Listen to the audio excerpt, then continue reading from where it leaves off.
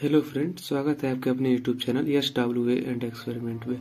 बच्चों, तो हम आज आप लोगों के लिए क्लास 12 के फिजिक्स के 10 मोस्ट इम्पोर्टेंट क्वेश्चन को लाए हैं, जो हमेशा हर बार यूपी बोर्ड के परीक्षाओं में पूछे जाने वाले हैं। ये इसमें देखिए, पहला क्वेश्चन जो है very very most important question है।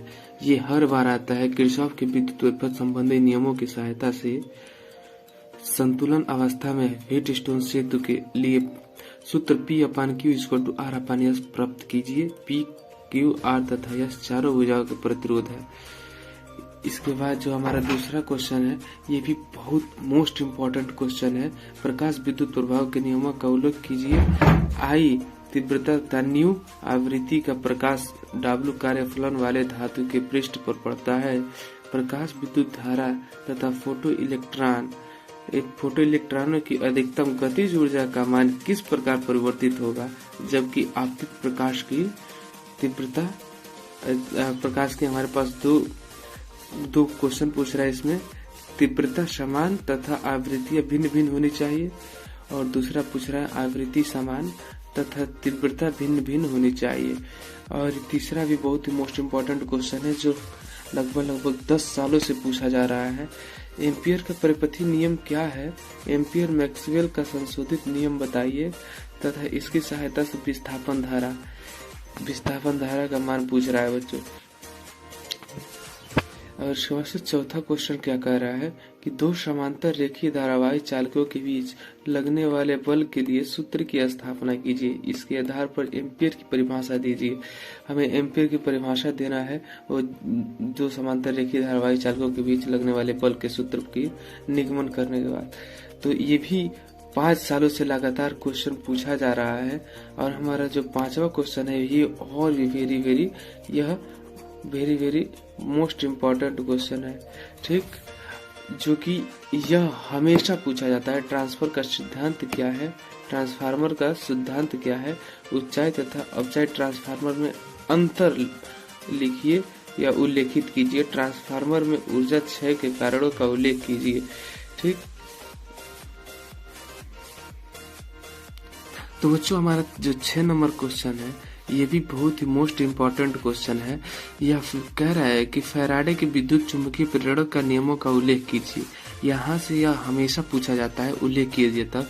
उसके आगे इसमें न्यूमेरिकल जोड़ दिया है। आंगिक प्रश्न, चुंबकीय क्षेत्र का फ्लक्स समय के साथ साथ समीकरण phi equal to AT² plus BT plus C weber के अनुसार परिवर्तित होता है।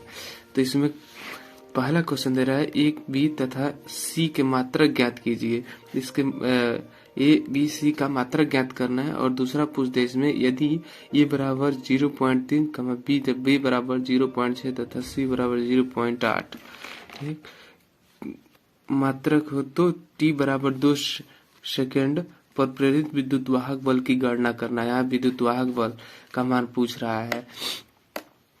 यह 7वां भी क्वेश्चन है, जेनर डायोड। इसमें डायोड में पीएन जंक्शन वाले में पीएन जंक्शन और पीएनपी, इसमें से ही बहुत ज्यादा पूछता है। और जेनर डायोड भी हमेशा पूछा जाता है। ये भी मोस्ट इम्पोर्टेंट क्वेश्चन है। तो जेनर डायोड क्या है, इसका प्रतीक चिन्ह प्रदर्शित कीजिए। परिपथ आरेख, आपको डायग्राम भी बनाना है, की सहायता से समझाइए कि यह वोल्टता नियंत्रक के रूप में कैसे कार्य करता है, ठीक।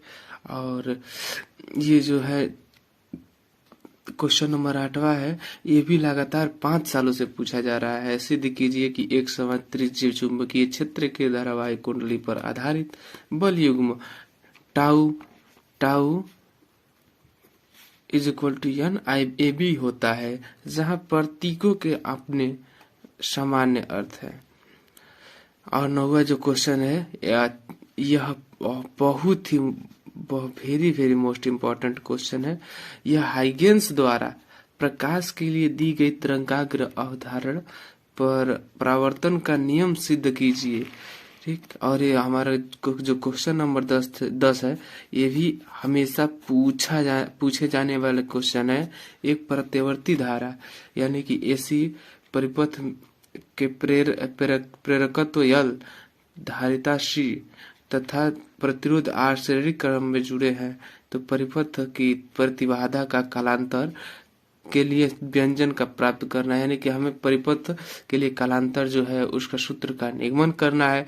तो बच्चों इसी तरह हम आपके लिए बहुत मोस्ट इम्पॉर्टेंट क्वेश्चन को लाएंगे और बने रहिएगा हमारे यूट्यूब चैनल के साथ। और हम आप लोगों के लिए अगले वीडियो में मैथ और फिजिक्स की बहुत सारी ऐसे मोस्ट इम्पॉर्टेंट क्वेश्चन लाएंगे जो आपके लिए यूपी बोर्ड में क्लास 12th के लिए बहुत ही हेल्पफुल होगा, ताकि आप लोग कम समय में पढ़कर ज़्यादा से ज़्यादा नंबर गेन कर सके। तो बने रहिएगा हमारे यूट्यूब चैनल के साथ SWA एंड एक्सपेरिमेंट के साथ। मिलेंगे नेक्स्ट वीडियो में, तब तक के लिए जय हिंद।